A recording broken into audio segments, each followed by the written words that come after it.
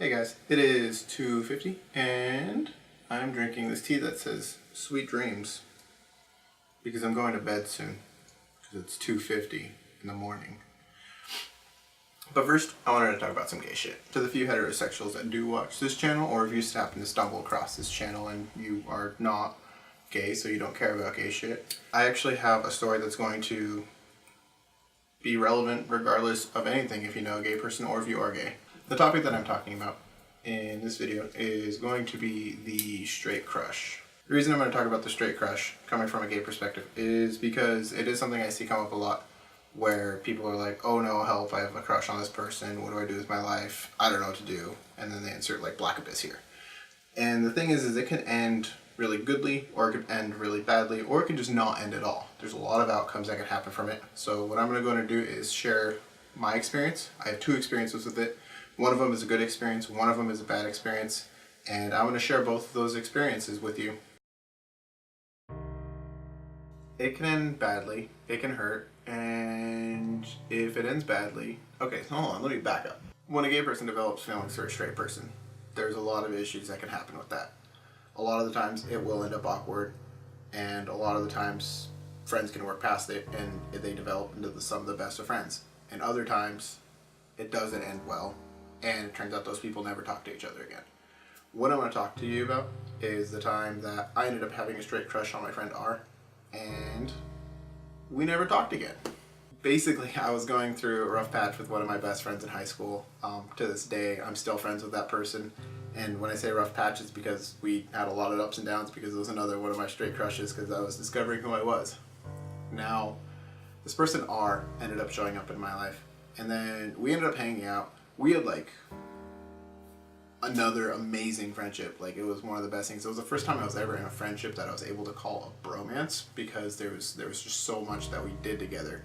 This is the person that like I slept in the same bed with on prom night. We pulled multiple all-nighters together.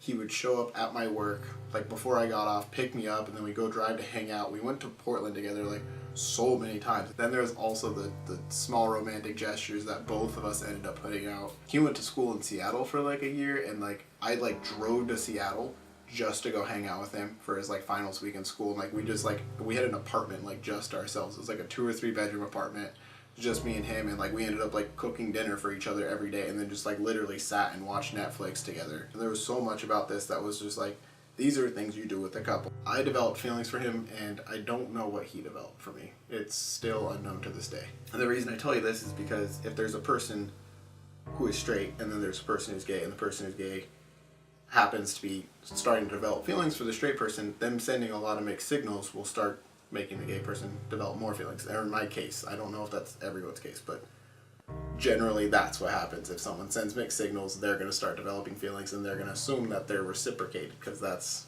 how humans work most of the time. But I do remember after that winter break when I ended up visiting him, I ended up like, I was like, I need to tell him. Like there's no question about it. Like I can't hold it in anymore. I like told my friend Em, I was like, yo, I like need to tell her that I have feelings for him. Like there's no way I can get beyond this. This is not gonna work if I don't like tell him. He's like, okay, go ahead and tell him, and I'll make sure to be there for all of it. That way if you need anything, that I'll be there. Like he just really wanted to be there for me. He was like one of my greatest friends. I told her, I was like, hey, you know, we need to talk. And then like he was like, okay, like what do you want to talk about? And like we ended up talking about it at like 2 a.m. and I was like I like tried to go on a walk. He's like, don't really know, do you want to go on a walk? And I was like, I just want to go somewhere and talk. I like don't want to be in like one location because we're like at his house, and I don't want to like come out to him at his house. I just like wanted to like go to one location that wasn't either of ours, and then like if we needed to separate, then just to separate, because I'd been through this before at this point. I ended up initiating the conversation. I was like, hey, you know, what do you think I'm like wanting to talk to you about? And he was like, oh, well, I don't know, like maybe you're like thinking about changing majors in schools or something like that. Just like, you have no idea. He has literally no fucking idea that I'm about to come out to him and be like, I really want to be in a relationship with you. And he was like, he told me that he was biromantic, that he felt like he could probably be bisexual, he just doesn't know it, because he could be anything at that point. He was trying to figure out what he was too. He'd also said some things like he would like talk about some of the conversations he'd have with his roommates, and his roommates would be like, oh, like if you were going to be gay for like one person, who would it be? And he was like instantly answered with my name, and they're like, that's really quickly, like why did you answer that quickly with his name? And he was just like, oh, because that'd be like one person that would like take care of me and like I knew wouldn't hurt me. And I was just like, why would you tell me that? Like, you know, I told him I was bisexual because I thought I was, and then he was like, I was like, why would you tell me that? Like, that's a really strong feeling to give to somebody else. Why am I telling you this? Because there's things that you can do as a gay person and things that a straight person can do, and if you send mixed signals to each other, or like even strong signals and mixed signals, like that's really bad, and that can end very badly. Anyways, yeah, came out to him. It's like, yeah, I kind of want to be in a relationship with you, and he was just like, he like laughed and was like super hesitant, and he was like, well, this is super awkward because like I don't see you that way at all. And I was like, oh, well, that kind of sucks, but like whatever, like I didn't expect it to work out. Yeah, we ended up like talking about it. It's just like not gonna work, and I was like, all right, well, like head out and I'll go home. And I drove home back to college that night, and I was just so upset at the world. I'm pretty sure I just listened to Screamo like the entire way down. About a week later, I felt better, and I was like, yo, are you like feeling better? And I'm totally okay at this point. Didn't respond. And I was just like, okay. And then like 3 days later, he responds. He's just like, I'm just like really upset because we had like such a great friendship, and you had to go and just completely shatter it. And I was like, what? Like, there's no way that I am taking the blame. Like, I'm the one that's supposed to be upset for like weeks on end because like my gay heart was crushed or whatever. But him, the heterosexual, was like, you ruined our friendship by bringing that up. What?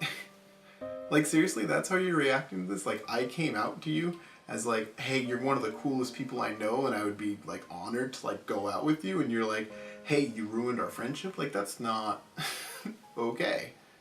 Anyway, long story short, we like tried hanging out again. It was still like a little bit rocky, and then we just like stopped talking again completely. Like, 1 year later, I get some random Snapchat from him, and turns out he was drunk, and he was Snapchatting people while he was drunk, and he was like, oh, so it's an open book eventually. And I was like, alright, so why haven't you talked to me for a year, and why did you just completely cut yourself out of my life? And he responded with the reason he like felt like he was leading me on, and I was like, we were past that. Like, we were so far past that. And then the next morning when he was sober, didn't talk to me again for like a solid week, and then one day I decided I wasn't going to talk to him.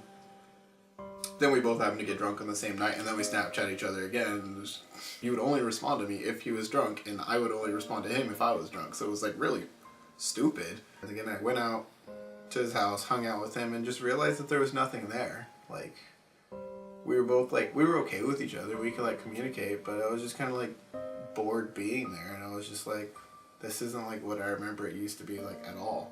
Like, I remember having this feeling every single time I was there that I was like at my second home, and then it was just gone.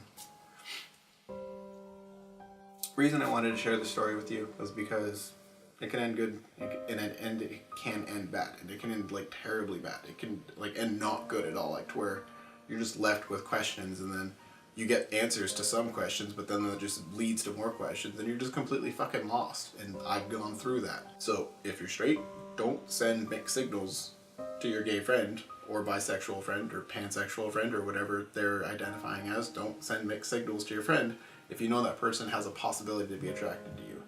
And I'm not like telling you how to live your life. I'm not your mother and I'm not your father, but like, it's just a general thing.